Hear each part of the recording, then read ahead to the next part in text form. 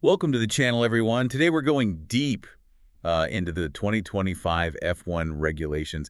And trust me, these are going to be interesting. You know, what's really cool is that this isn't just like, messing with the rule book a bit. This is Yeah. going to change who wins, how teams think about the races. For sure. And we might even see totally new kinds of drivers coming. Okay, so we've got like the technical stuff, but also some juicy comments from team principals. Yeah.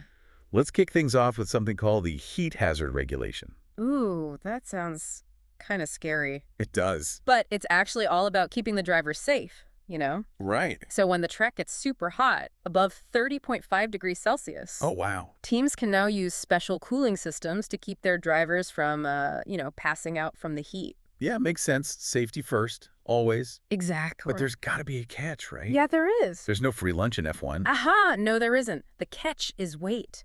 Ah, I see. These cooling systems add weight, so to balance things out, the minimal car weight goes up by 5 kilos. For the whole race weekend? Yeah, the whole weekend. Oh, wow. So teams are going to have to be smart about how they handle that extra weight. Oh, yeah, for sure. It's a trade-off, right?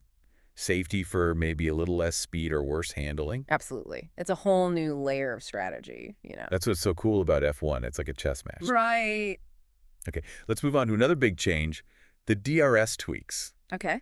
Now, for anyone new to F1, DRS is this system that lets drivers open a flap on their rear wing to go faster. Makes it easier to overtake. Exactly. Now, the FIA is changing how big that flap can be. Yeah, closing loopholes like that mini DRS thing McLaren was doing. Oh, yeah, McLaren and their tricks. What a bunch. Do you remember Piastri's defense against Leclerc? Oh, yeah, that was amazing. That mini DRS was a game changer. Yeah, but this new rule means teams like McLaren will have to get creative again. Find a new advantage. Always exciting to see what they come up with. So we've got driver cooling, DRS changes, but here's the big question. Should teams focus on their 2025 car or go all in for the 2026 regulations? Yeah, that's the big one. And this is huge EE because... We've got like 4 teams who could win the championship this year. No kidding. Ferrari, Mercedes, Red Bull. Oh, yeah. And now AstonMartin is right there with them. It's like choosing between, I don't know, like your favorite desserts. Haha. Go for 2025, knowing 2026 is going to be totally different, or play it safe and build for the future. Tough choice. Fred Vasseur, Ferrari's boss, he's saying giving up on a championship is really hard. Right, especially if they think they can still win in 2025. But then you have Aston Martin's technical director, Neil Oatley. Yeah. He's saying they can still win in 2025, that there's more to squeeze out of these cars. Interesting. So Aston Martin, they've got more time in the wind tunnel, more resources. Maybe they'll try to push it to the limit this year. That's a risky move. So we've got teams making tough choices, drivers adopting to new rules, and the fans, well, they're on the edge of their seats. For sure. And we haven't even talked about active aero coming back in 2026. Yeah, we've got to save that one for next time. We'll dive deep into that in the next part of this deep dive. 2026 is going to be wild. Can't wait. So we're talking about teams having to choose, Yeah. 2025 or 2026. Big decision. Well, hold on to your hats because 2026 is bringing back active aero. Active aero, what is this, some kind of like sci-fi thing? It kind of is, For those of us who don't build these cars, Right. what does active aero even mean? Like for F1? So imagine a car that can like change shape while it's racing. Okay, That's basically what active aero is. like adapt to different parts of the track. Exactly. Back in the day, F1 cars had wings and stuff that could move around. Oh, really? Yeah, to get more downforce in the corners and then less drag on the straights. So it's like a chameleon, changing colors to blend in. Yeah, kind of like that. So why bring it back now? What's different about this time? 2 big things. Okay. First, they're going to have these adjustable flaps on the front wing. Different settings for cornering and straight line speed. So the car is like changing its aero on the fly. Yep, depending on what the driver needs. That's crazy, but wouldn't that give like the teams with the best tech a huge advantage? Yeah, that's why they're doing the second thing. Okay, what's that? They're putting limits on how much the wing can move. Oh, like physical stops. Yeah, basically. Smart. So it's like giving them this powerful tool, but with safety measures. Exactly. Balance is important. This is going to change everything. Overtaking, race strategy, everything. Absolutely. Imagine a driver stuck behind another car. Yeah. They hit the straight, boom, activate that straight line aero mode. Fly past them. Yeah. And then bam, back to cornering mode for the next turn. This is why I love F1. It's not just speed. Well, It's like strategy and crazy tech. right. Okay. Before we get lost in 2026, 2025 still has some aero changes too. Oh, yeah, we can't forget about those. What's happening there? The rear wing is getting a makeover, 2-element wings now. 2-element. What does that even mean? It just means more design freedom for the teams. Ah, okay. And they're messing with the floor regulations too, probably means more downforce. Now, most people watching this, they might think those are small details. Yeah. But in F1, little things make a big difference. Oh, absolutely. Right. We're talking thousandths of a second here. Seriously. These changes to the wing and floor could be the difference between winning and, finishing in the middle of the pack. So it's not just the big, flashy stuff like active aero. Right. It's the tiny tweaks that can make or break a team. It's all about those little advantages. So back to our big question then. Yeah. Go all in on 2025 or focus on the 2026 revolution?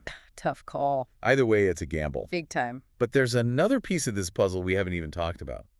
What's that? The drivers. Oh, yeah. Good point. How are they going to handle all these changes, especially active aero? That's a great question. With all this new tech, the driver's role is becoming even more important. So it's not just about being a speed demon anymore. It's still about speed, but they need to be adaptable, understand the tech, work with the car in a whole new way. Almost like pilots, managing these complex systems while they're racing. Exactly. And that's what's so interesting about it. So who has the edge then? Right. The guys like Verstappen, pure speed. Yeah. Or the guys like Hamilton, who are known for being really technical and adaptable. Tough to say. This is where you guys come in, the fans.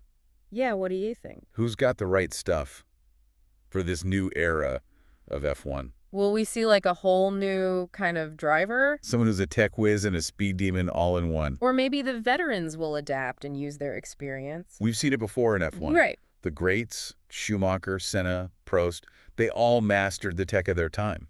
True. Now it's a new generation's turn. Yeah. This is going to be fascinating to watch. Every race is going to be like a test. Seeing how these drivers adapt, make new strategies. Pushing the limits. So, what kind of driver do you think will come out on top? Is it raw talent, technical skills, or both? Let's head to the final part of our deep dive and figure this out. So we talked about the heat, the DRS, the big 2025, 2026 question. Right. And the return of active aero. Big changes. But I want to get back to this whole idea of the F1 driver evolving. Yeah. What kind of skills are we talking about here? What's going to be key in this new era? Okay, so think about it this way. With these new rules, especially the active aero, it's like we're giving each driver a mini supercomputer. Wow. They've got to process so much information, make decisions in a split second. So it's not enough to just be brave and fast anymore. You still need that, but it's more than that now. So they're like pilots now. Yeah. Managing all these systems while they're racing. Exactly. That's what makes it so interesting. Right. So who's got the advantage now? That's the million-dollar question. You got guys like Verstappen, all about speed. Yeah, the raw talent. And then guys like Hamilton, super technical, really adaptable. Right. Who's going to come out on top? What do you think? Yeah, I'm asking you guys, the fans. Exactly. Who's got what it takes to win in this new F1? Maybe we'll see a whole new breed of driver. Like someone who can write code and drive like a demon? Yeah, maybe.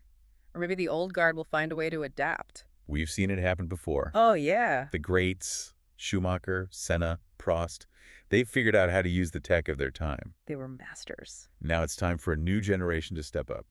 I'm excited to see what happens. Me too. Every race is going to be like a whole new experiment. Testing the limits. So think about it. What kind of driver is going to dominate this new era? Raw speed, technical skills, or maybe it takes both. It's going to be a wild ride, that's for sure. Can't wait. So as we wrap up this deep dive into the 2025 and 2026 F1 regs, Yeah. I want to leave you with this one last thought. Watch the drivers. They're the cue. They're the ones who are going to make this new era of F1 so exciting. It's going to be amazing. Don't forget to subscribe to the channel and share this deep dive with your F1 friends. Spread the word. We'll catch you next time for another look inside the world of Formula One.